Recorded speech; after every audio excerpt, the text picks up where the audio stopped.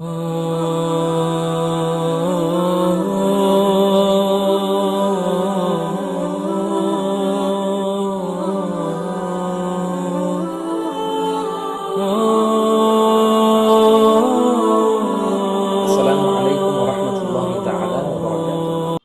৮ রাকাত না ১০ রাকাত না।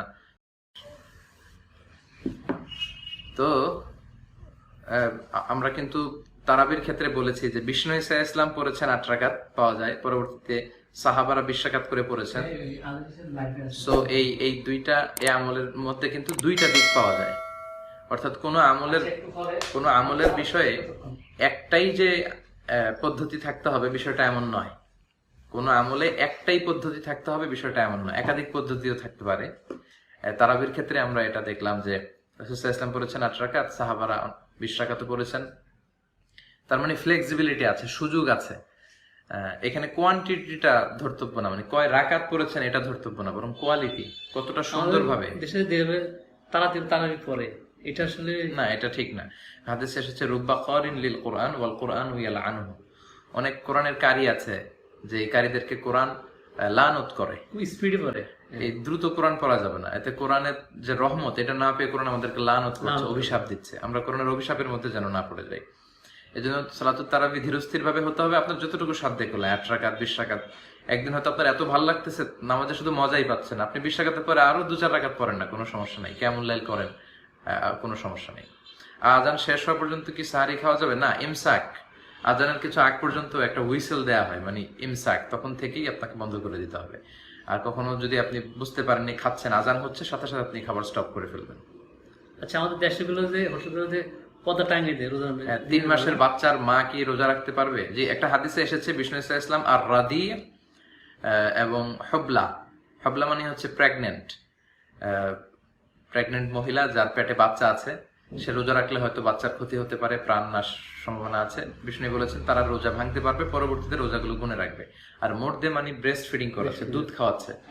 মহিলা মা যদি রোজা রাখে, কিছু যদি না খায়, সে খেলেই না তার স্তনে দুধ আসবে। তো মা যদি রোজা রাখে তার স্তনে দুধ আসবে না, দুধ না আসলে বাচ্চা খেতে পারবে না। ইসলাম এত ব্রড মাইন্ডেড রিলিজিয়ান, ইসলাম সবার অধিকারটা সংরক্ষণ করে। তো এই জন্য যারা দুধ খাওয়াচ্ছে এমন মা এবং গর্ভবতী মা, তারা রোজা ভাঙতে পারবে, পরবর্তীতে রোজাগুলো গুনে রেখে ফেললেই হবে। তো আমরা বলছিলাম যে তারাবির সালাতে কোয়ান্টিটিটা লক্ষণীয় নয়, লক্ষণীয় হচ্ছে কোয়ালিটি। আপনি কত স্মুথলি, আপনার রুকুটা কত সুন্দর হচ্ছে, কত দীর্ঘ সময় আপনি সেজদায় পড়ে থাকছেন, এটা। তো এই দিকে আমাদের খেয়াল নেই, আমরা ৮ রাকাত ২০ রাকাত নিয়ে রমজান আসলেই ঝগড়ায় জড়িয়ে পড়ছি, এটা কিন্তু ঠিক না। জাকাতের একজন ভাই প্রশ্ন করছে, ওসমান গনি আপেল ভাই, তারাবি কি একা জামাত পড়া উত্তম, মানে একা না সে জামাত পড়া উত্তম? বিষ্ণু ঈসা ইসলাম সালাতুল কিয়ামুল লাইল এটা একা একা পড়তেন। পরবর্তীতে ওমরে ফারুক ওনার সময় দেখলেন যে মসজিদের ভেতরে ছোট ছোট গ্রুপ করে মানুষ পড়তেছে, তখন ওমরে ফারুক বললেন যে এই ছোট ছোট গ্রুপ না করে যদি একটা গ্রুপের পেছনে বড় করে জামাত করা যায়, তখন তিনি ২০ রাকাত করে, খুব সম্ভবত উবাই ইবনে কাব ওনার নেতৃত্বে তিনি বিশাল বড় একটা জামাতের ব্যবস্থা করলেন। প্রথম দিন, দ্বিতীয় দিন, তৃতীয় দিন এভাবে বাড়তে শুরু করলো, তখন তিনি জামাতের ব্যবস্থা করলেন। তারপর থেকে এভাবে জামাতে চলে আসছে মসজিদুল হারাম, মসজিদুল নববীতে, আল আজহার ইউনিভার্সিটি, জামে মসজিদে, এরকম বড় বড় সব জায়গায় ২০ রাকাত করে সালাতুত তারাবি পড়ে। আপনারা ২০ রাকাত পড়তে পারেন।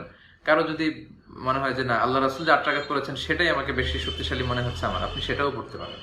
এ নিয়ে আসলে তর্ক বিতর্ক, কাদা ছোড়াছুড়ি, এটা আমাদের করা ঠিক হবে না। তো ওমর ফারুক তখন দেখলেন যে বিশাল বড় একটা জামাত তারাবি চালু হয়েছে, কিয়ামুল লাইল চালু হয়েছে, তখন উনি বলেছিলেন যে নি'মাল বিদআতু হাদি, কত সুন্দর একটা বেদাত আমি ওমর চালু করে দিলাম। তো ওনারা এই ধরনের বেদাত করার অথরিটি তাদের ছিল। এই নতুন সংযোজন যেটা মানবতার, ইসলামের কল্যাণে, মুসলিম বিশ্বের কল্যাণে, এই অথরিটি তাদের ছিল। কারণ শুধু বিষ্ণু ঈসা ইসলামের সুন্নাই যে আপনি মানবেন, সাহাবাদের সুন্নাহ মানবেন না, বিষয়টা এমন নয়।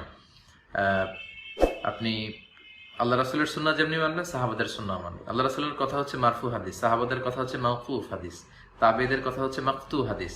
তারাই তো শরীয়তের দলিল। তো সাহাবীরা যেহেতু করেছে, এটা আপনি করতে পারবেন ২০ রাকাত।